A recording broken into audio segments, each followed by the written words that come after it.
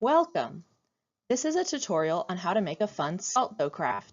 According to mommy blog modernmama.com, crafting helps build creativity, helps teach children to follow directions, improves basic motor functions. It's a good time for children and parents to talk and bond. It helps children learn teamwork skills, boosts confidence, and creates treasured family memories. Salt dough is dough made with only salt, flour, and water. It acts like a cheap substitute for Play-Doh and is non-toxic, and the creations can be kept and preserved as family keepsakes for decades. A typical thing to do with salt dough is to use cookie cutters, as seen in the bottom right photo, and decorate the dough as a craft. This is what I will be showing you today. First, you will need supplies to make the salt dough with. According to momontimeout.com, you will need 1 cup of salt, 2 cups of flour, and up to 1 cup of lukewarm water. You will also need materials for mixing and baking, such as 1 large bowl, a baking sheet, a mixing spoon, parchment paper, and a measurement cup. If you want to decorate your creations, you can use such materials as cookie cutters, paintbrushes, paint, a rolling pin, and food coloring. It is easiest to apply the food coloring in the water as you mix it into the salt.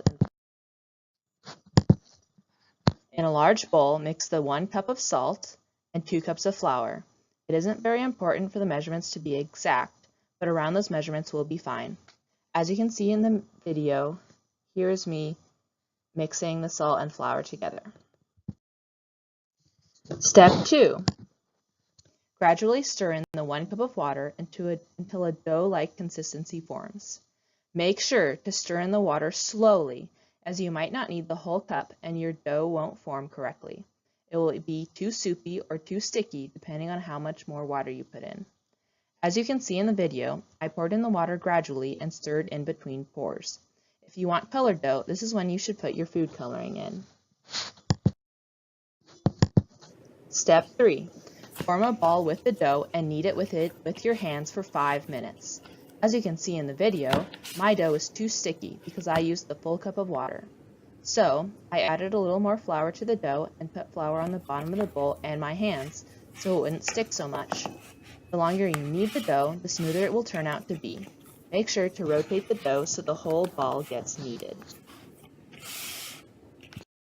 Now, according to momontimeout.com, you can either store your dough in an airtight container for later use, or you can create something now.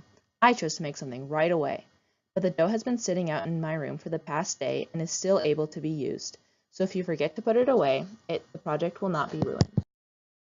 Here are the creations I made with only my hands and a small leaf-shaped cookie cutter.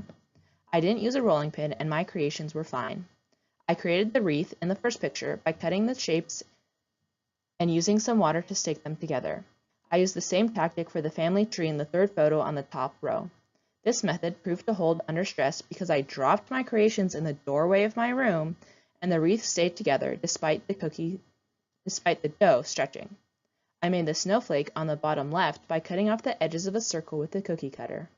For the bowl and heart, I shaped the dough with my hands and used a knife to write love in the dough. A toothpick would have worked better. Next, you need to dry your creations so that they will harden. According to busybeekidscrafts.com, you can heat your oven to 200 degrees and bake for about 45 to 60 minutes for thin crafts such as cookie cutter ornaments. Depending on how thick the creation is, it might need to be in for around 2 to 3 hours or maybe even longer.